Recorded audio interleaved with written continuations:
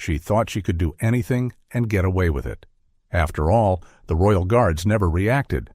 But when her hand struck his face, everything changed. The crowd froze. Phones were out. What happened next left everyone speechless. Before we start, let us know. Where are you watching this from? And what time is it for you? It was a bright afternoon in London, and the gates of Buckingham Palace were surrounded by tourists. Cameras clicked, voices murmured, and children pointed excitedly at the tall, stoic figures in red tunics and towering black bearskin hats. The royal guards were an unshakable symbol of discipline, standing motionless as people gathered around them. In the middle of the crowd stood Karen. She adjusted her designer handbag, her manicured nails tapping impatiently against the leather strap. She had seen these guards before on TV, and frankly, she didn't understand the hype. "I don't get it," she scoffed, turning to her husband Greg. "What's so special? They just stand there like robots?" Greg, a man used to his wife's constant complaints, sighed. "It's tradition, Karen." But Karen wasn't convinced. She rolled her eyes, scanning the line of guards. Her teenage son, Jake, stood a few steps behind, hands stuffed in his pockets, clearly uncomfortable. He had seen viral videos online of tourists pushing their luck with the royal guards, and he knew it never ended well. "Mom," he whispered urgently, "please don't do anything crazy." Karen smirked. "Relax, Jake. They're not allowed to react, remember?" She stepped forward, her heels clicking on the pavement. A hush fell over the immediate crowd as people noticed her approaching one of the guards. Phones were raised, recording, waiting to see what she would do. Karen waved a hand in front of the guard's face. Nothing. She leaned in, inspecting him as if he were a mannequin in a store window. Still, no reaction. "Oh, come on," she laughed mockingly. "Lighten up, will you?" The guard remained still, his face expressionless. Karen wasn't satisfied. She stepped closer, testing boundaries. The tension in the air thickened. Jake's stomach knotted. "Mom, stop," he begged. "You don't want to mess with them?" Karen ignored him. She was enjoying the attention. With a dramatic sigh, she placed her hands on her hips. "If you won't move, maybe I should give you a reason to." Then, without hesitation, she slapped him. The sound of her palm striking his cheek cut through the air like a whip. Gasps erupted. A woman clutched her chest. Greg's face was drained of color. For a split second, everything was still. Karen smirked, waiting for nothing. But then, the guard moved. His response was swift, precise, and completely unexpected. And in that moment, Karen realized she had made a terrible mistake. The crowd's collective gasp had barely settled when the royal guard took a decisive step forward. His towering frame cast a shadow over Karen, and for the first time, her confident smirk wavered. A voice, deep, commanding, and unmistakably firm, boomed through the air. "Step back!" The guard's words, crisp and authoritative, sent a jolt through Karen's spine. She stumbled backward, her face twisting in shock. The idea that these guards weren't allowed to react? That illusion shattered in an instant. Greg grabbed her arm, his grip tight. "Karen, what have you done?" Karen's eyes darted around. The cameras were still rolling. People whispered, some chuckling, others shaking their heads in disbelief. A few even cheered. She had wanted attention, but not like this. Jake stood frozen, his face burning with embarrassment. He had warned her. He had begged her. And now she had crossed a line that couldn't be undone. The guard, still holding his disciplined posture, didn't take another step. He didn't need to. The look in his eyes, cold, unwavering, spoke volumes. He had tolerated her antics, but she had made a mistake thinking she could physically assault a royal guard without consequences. A second guard, standing a few feet away, lifted a radio to his mouth. His lips moved, but his words were lost in the murmur of the crowd. Within moments, another figure appeared from behind the palace gates, a security officer in a dark uniform, his pace brisk and his eyes locked onto Karen. Panic flickered in her eyes. She wasn't just dealing with a silent, immovable soldier anymore. This was turning into something real. The officer approached with a stern expression. "Ma'am, I need you to step aside." Karen swallowed hard. Wait, what? I didn't. Greg, who had been silent up until now, raised a hand. Look, officer, this is just a misunderstanding. My wife got carried away. The officer's gaze didn't shift. That's not how this works, sir. Assaulting a royal guard is a serious offense. The word assault hit Karen like a slap of its own. Her lips parted, but no words came out. Jake took a small step back, as if distancing himself from his mother. He had spent his whole life listening to her excuses, watching her argue her way out of situations. But this time, she wasn't in control. The security officer turned slightly, making a gesture to a second officer who had just arrived. We'll need her information. Karen's confidence cracked completely. Wait, hold on. I wasn't trying to hurt him. I didn't think he'd— Ma'am, the officer interrupted, his tone leaving no room for debate. You need to come with us. A ripple went through the crowd. The once amused spectators now murmured in hushed tones. Some exchanged knowing glances. Karen had played a stupid game, and now she was about to win a very real prize. Greg's face was tight with frustration. He exhaled sharply and turned to his son. Jake, stay here. Jake didn't argue. He only nodded, watching as his mother, who had always thought she was untouchable, was now being escorted away from the scene. As the officers led Karen toward the palace gates, she turned her head back, eyes darting between Greg and Jake. Are you seriously just going to let them take me? She hissed. Greg's expression was unreadable. Jake? He just looked tired. And the royal guard. He was already back in position, expression blank, gaze straight ahead, just as if nothing had ever happened. The palace courtyard was alive with murmurs. People whispered, pointed, and some even checked their phones to see if anyone had uploaded a video of the incident. Karen had always believed she could talk her way out of anything.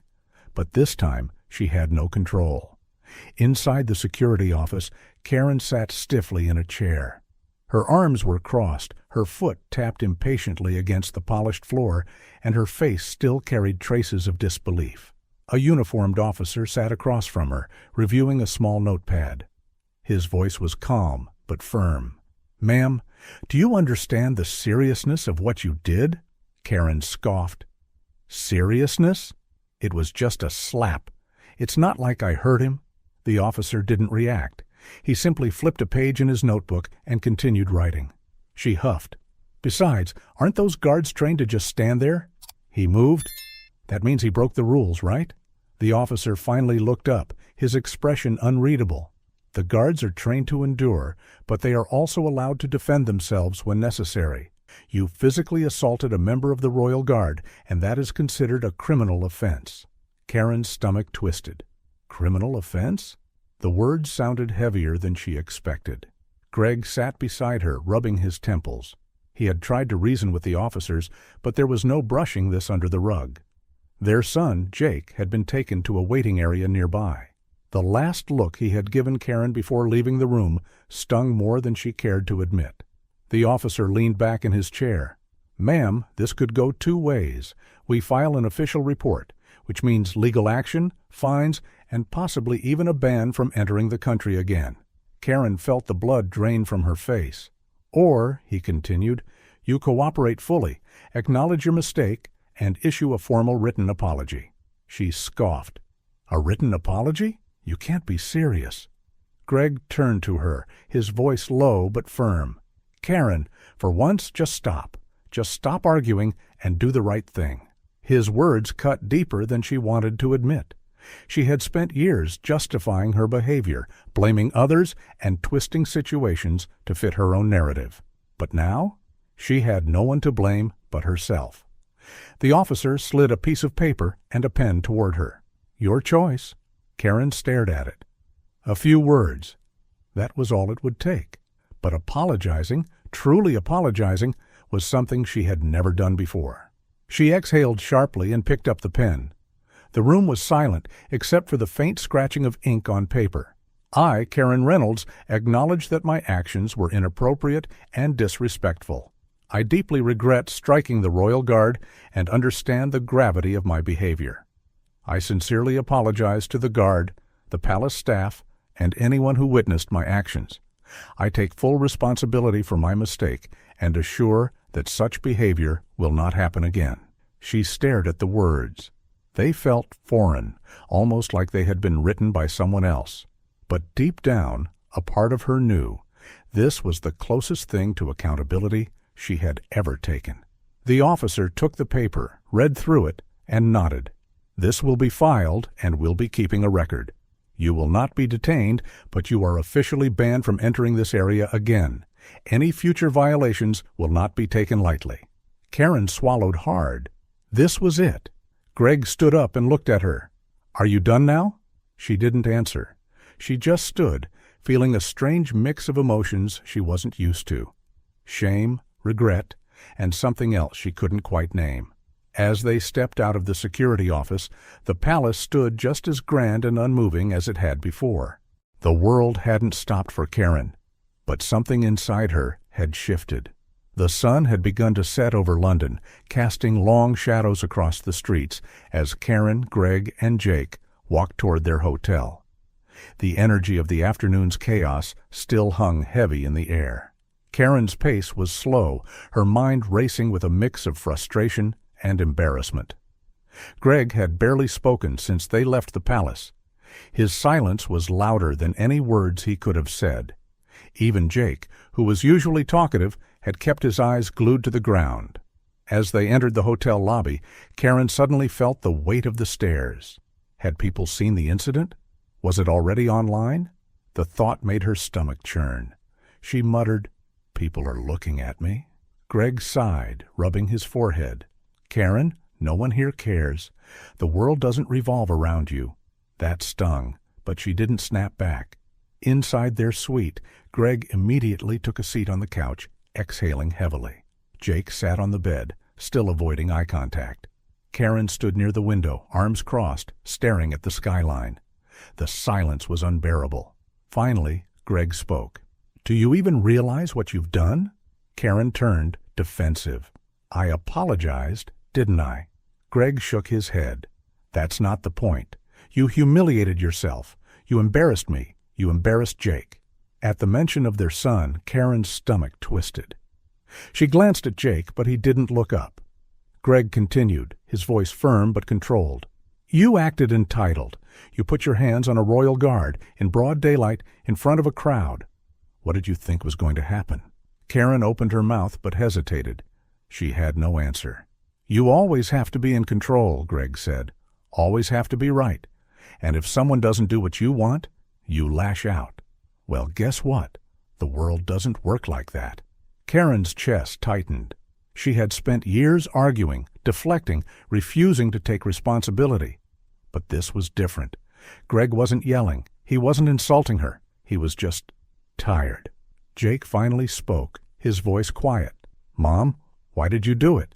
Karen turned to him, her throat dry. I don't know." It was the truth. For years, she had justified her actions. She had convinced herself that she was standing up for herself, that she was just being assertive. But now, faced with the truth, her truth, she had no real defense. Jake finally looked up, his eyes filled with something Karen hadn't seen before. Disappointment? That hurt more than anything. She sat down beside him, her voice quieter than usual. "I made a mistake, Jake." Her son nodded, but his face remained neutral. It wasn't enough. Words weren't enough. Greg stood up, grabbing his jacket. "I need some air." Without waiting for a response, he walked out, the door clicking shut behind him. Karen sat there, feeling something she hadn't felt in years. Lost. For the first time, she wasn't the one in control, and she wasn't sure what to do about it. The hotel room felt emptier than ever. Karen sat in silence, her mind replaying everything Greg had said. For the first time, she saw herself through someone else's eyes, not as the one in control, but as the one who had lost it. Jake had gone to his room, leaving her alone with nothing but her thoughts. She reached for her phone, half expecting messages from friends, but there were none. A sudden wave of panic hit her. What if the incident had gone viral? She quickly opened a search bar and typed, "Woman slaps Royal Guard London."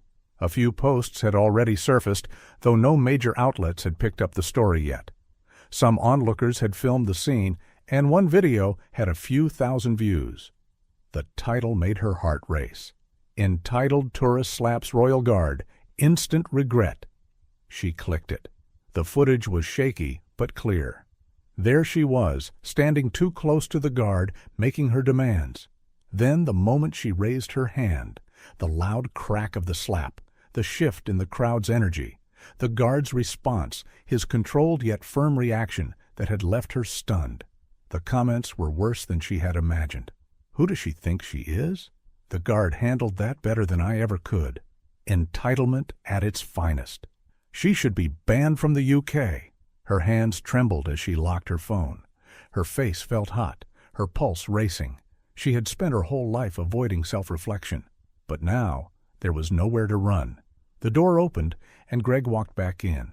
He didn't look angry, just tired. He tossed his jacket onto the chair and sat across from her. "Karen," he said, his voice softer than before. "We need to talk." She swallowed hard, nodding. Greg leaned forward. "You need to change." The words hit her like a punch. She wanted to argue, to justify herself. But what was left to say?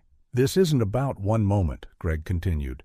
"It's about a pattern, the way you treat people, the way you refuse to admit when you're wrong." Karen's eyes stung, but she held back the tears. "No excuses," Greg interrupted. "Just listen." For the first time in years, Karen did. "You're not a bad person," he said, "but you've let your pride take over. You push people away. And now you've embarrassed yourself in front of the world." A lump formed in Karen's throat. She had never felt so small. Greg sighed. "Jake saw everything. Do you know what that means?" Karen looked away. She knew. She had spent years trying to set an example for him, but today she had done the opposite. She took a deep breath. "What do I do?" Greg's face softened. "You start by admitting you were wrong. Not just to us. To yourself." Karen hesitated, but then the words came out. "I was wrong." Greg nodded. "That's a start." A long silence stretched between them. Karen reached for her phone again, but this time not to search for comments. She needed to do something else, something she had never done before. She needed to own up to her mistake. Karen sat in front of her phone, staring at the blank screen. Every fiber of her being resisted what she was about to do. Owning up to a mistake was something she had never done, not publicly, not even privately. Her finger hovered over the record button. She took a deep breath and pressed it. The front-facing camera reflected a version of herself she barely recognized. No makeup, no forced confidence, just a woman who had been forced to face the truth. "Hi, everyone," she began, her voice shakier than she expected. "I need to say something." She glanced at Greg, who gave her a small nod. Jake was sitting nearby, watching. This wasn't just about her reputation, it was about showing her son what it meant to take responsibility. "I made a terrible mistake," she continued. "At Buckingham Palace, I disrespected a royal guard. I overstepped every boundary, and I was completely in the wrong." She took a deep breath, bracing herself. "I reacted out of entitlement and anger. And when the guard stood his ground, I lashed out instead of backing off. It was unacceptable. He was doing his job, and I had no right to treat him the way I did." Her voice cracked slightly. "I want to apologize. Not just to him, but to everyone who saw what happened. To those who work in service jobs and deal with people like me every day. I was wrong." She exhaled, feeling an odd sense of relief. For the first time in years, she wasn't making excuses. She ended the recording and hit post. For the next few minutes, no one spoke. Then her phone lit up. Comments flooded in, some skeptical, some supportive, but most understanding. "Takes guts to admit when you're wrong. Respect? Owning up is the first step. Hope you learned from it. We all make mistakes. What matters is what we do after." Karen put her phone down. A strange weight lifted off her chest. Greg smiled. "That was brave." Jake hesitated, then spoke up. "I'm proud of you, Mom." That was all she needed to hear. Karen's story is a reminder that ego can blind us, but humility can change us. Sometimes the hardest thing to do is admit we were wrong, but it's also the most powerful step toward growth. What do you think? Have you ever witnessed something like this in real life? Share your thoughts in the comments below.